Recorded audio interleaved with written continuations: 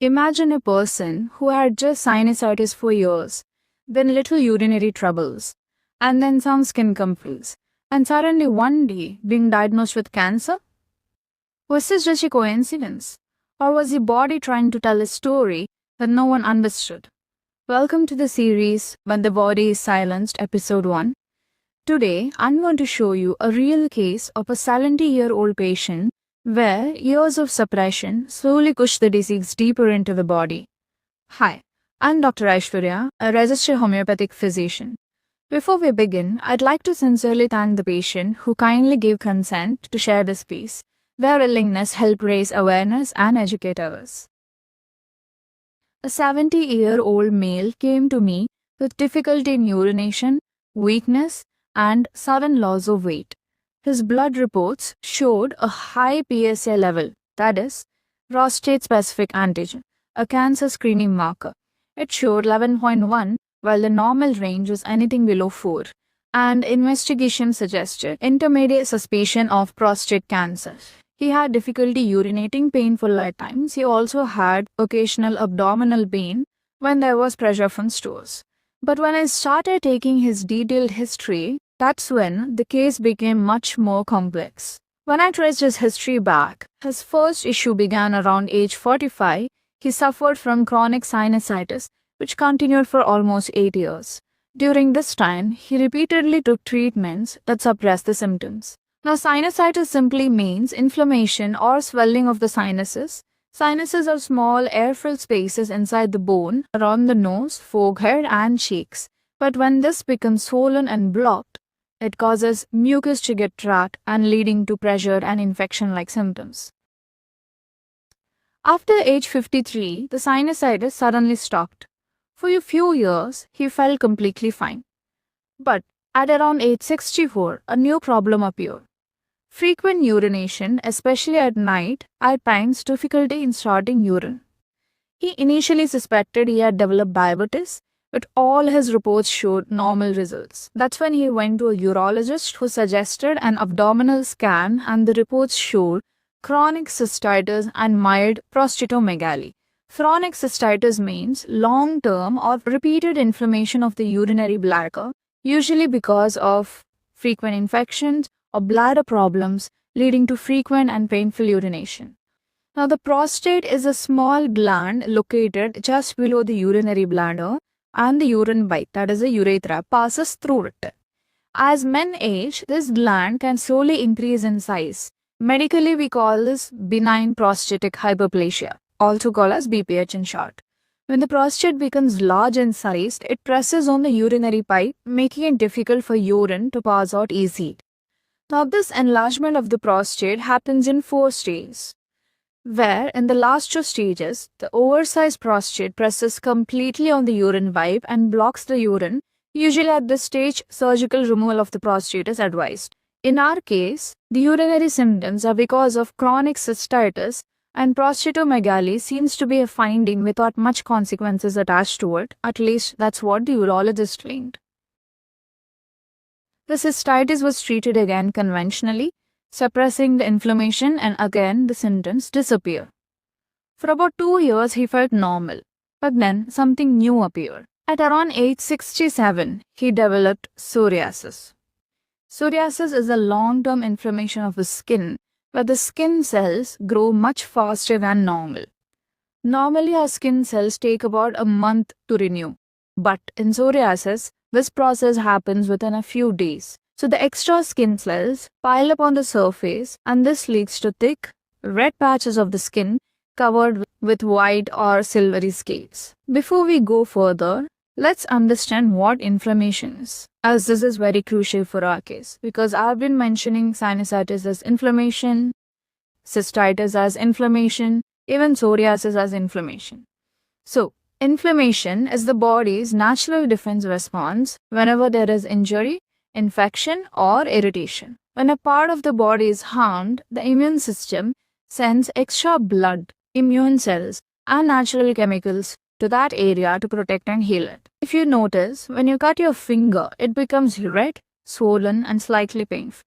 That is inflammation, which means the body is working to repair the damage. Short-term inflammation helps healing, but an inflammation that lasts long time may cause disease. Like in this case, sinusitis, cystitis, and now psoriasis. But there's another thing. Psoriasis is not just a simple inflammation, it's an autoimmune condition. As I said earlier, inflammation works for our body to heal, whereas in an autoimmune disease like psoriasis, the body's immune system mistakenly attacks its own tissues. Simply put, inflammation works for us, but autoimmunity works against us. He took several dermat treatments and eventually the psoriasis disappeared. But soon after that, something alarming happened. He suddenly developed severe exhaustion, collapsed one day, and lost all his 10 kilograms in just 1 month. When investigations were done, the reports showed PSA 11.1 and doctors suspected prostate cancer. That is when he came to me for consultation. We have all heard about cancer and how serious it can be. But let's take a moment to understand what cancer actually is. Cancer is a disease where some cells in the body start growing uncontrollably. Normally, our body cells grow, divide, and die in a controlled way, and this keeps happening on a daily basis on all levels of our body. But in cancer, certain cells lose this control and they keep multiplying continuously. Normally, immune cells identify and destroy such abnormal cells.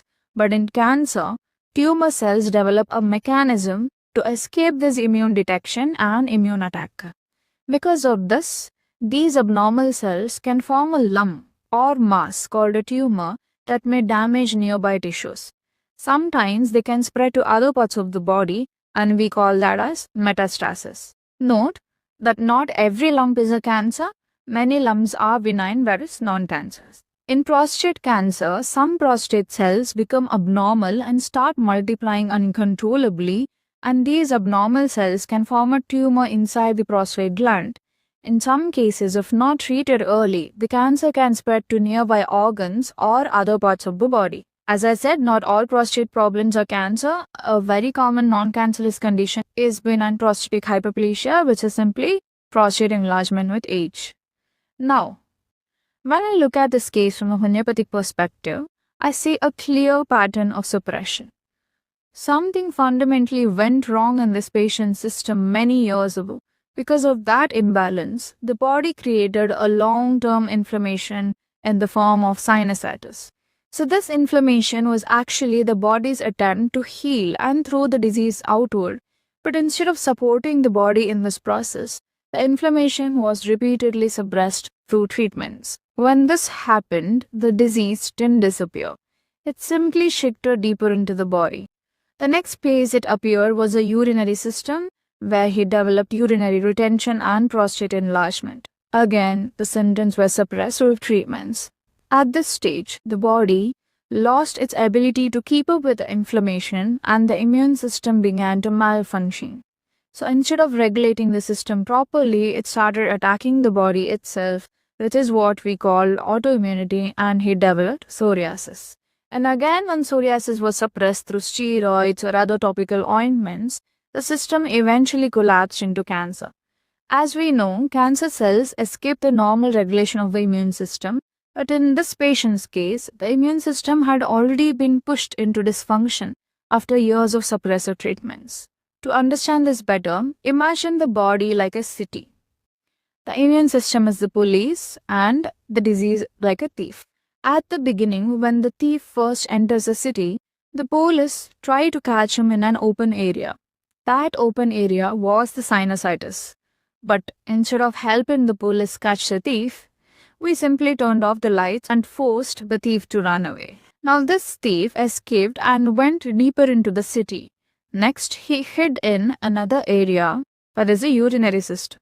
Again, the police tried to deal with him there, and once again the lights were turned off and the thief escaped. So he ran even deeper.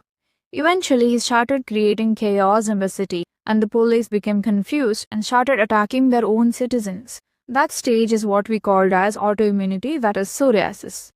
And when this situation continues long enough, the thief becomes so powerful that the police can no longer control him at all.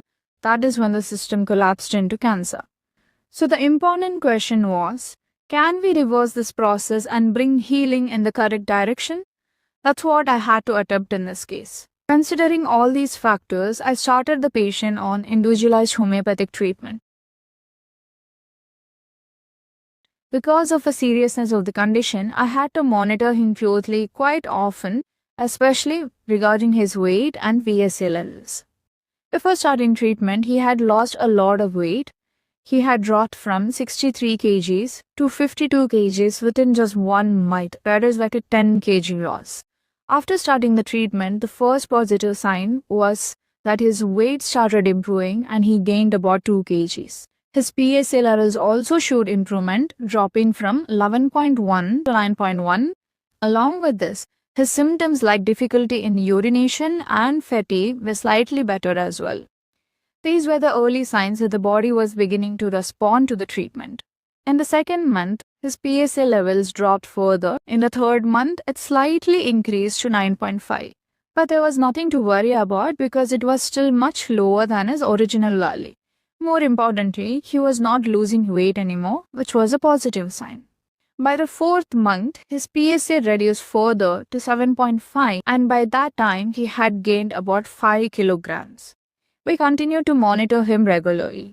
By the ninth month, his PSA values had come back to the normal range, that is 2.8.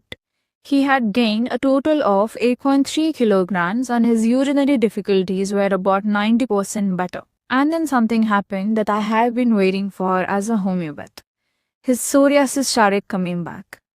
Now, many people might think this is a bad sign, but from a homeopathic perspective, this is actually very important. Just because the PSA values become normal, symptoms improve, and the weight comes back, it doesn't always mean the problem is completely resolved. We have all heard of cancers that can grow initially, but relapses months or even years later.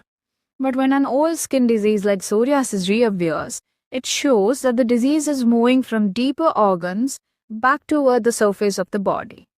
For us, this is a strong indication that the internal disease process is reversing in the correct direction and it significantly reduces the chances of cancer formation returning. Treating his psoriasis was actually quite challenging. For almost 18 months, like 1.5 years, we kept working on it. During this period, the condition would improve for some time and then relapse again. But gradually, the intensity reduced and eventually, psoriasis completely disappeared. For the sake of patient's privacy, I'm sharing only a few images here. Shortly after this, something interesting happened. He developed a fever. Again, many think that fever is a bad sign, but in many cases, it can actually indicate that the immune system is active and responding. I manage this fever homeopathically as well. I'll explain in another video why fevers can sometimes be an important sign of a healthy immune system. So during this fever episode, he developed nose blockade, headaches, and watery nasal discharge during the day. Even after the fever settled, for some reason these symptoms continued, which meant something very interesting. His old sinusitis symptoms had returned. And this was the very first disease he had developed many years ago. It has now been almost a year since then, and I'm still treating his sinusitis. But compared to how severe and frequent it was earlier in his life, the intensity and frequency are much lower now. So in this case, the disease seemed to walk back in the same direction in which it had originally progressed, except for one stage. Ideally, after psoriasis improved, we would have expected the urinary symptoms, that is the cystitis, to appear again, because that had occurred earlier in his history. But interestingly, this stage did not come back, only the sinusitis symptoms reappeared. Naturally, this made me curious as well, so we repeated an abdominal scan. The scan showed normal findings and the mild prostatomegaly that he had earlier remained stable and completely asymptomatic.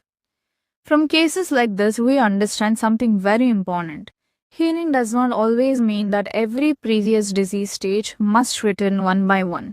Sometimes when the immune system becomes stronger, the body can actually skip certain stages and move toward better health faster. So what does this entire case teach us? This patient didn't suddenly develop prostate cancer at the age of 70. His body had been sending signals for almost 25 years. At each stage, body was trying to express the disturbance in its own way. But when these expressions are repeatedly dealt with suppressive treatments, the disease can gradually move deeper into the system. When I started treatment, my aim was not just to reduce PSA levels or improve symptoms. The aim was to restore balance in the entire system. And interestingly, the body began to reverse the process, first stabilizing the deeper pathology, then bringing the disease back toward the surface in the form of psoriasis and finally sinusitis, which was the very first problem he had decades ago. This kind of reversal tells us that the body is regaining control over its own health. When the immune system becomes stronger, the body doesn't just suppress its disease, it reorganizes itself and moves towards the healing. Cases like this remind me that disease is not just about a single organ or a single report. It is about understanding the entire journey of the patient's health. I would also like to make one thing very clear. This is a single clinical case, and it does not mean that every cancer case can be reversed or cured in the same way. Every patient is different, every disease has its own complexity, and outcomes can vary from person to person. The purpose of sharing this case is purely educational, to demonstrate how disease can evolve over time and how understanding the patient's complete history can sometimes give us deeper insights into the healing process. If you found this interesting, leave a comment and please like and share with your family members. Don't forget to subscribe. Thank you for watching.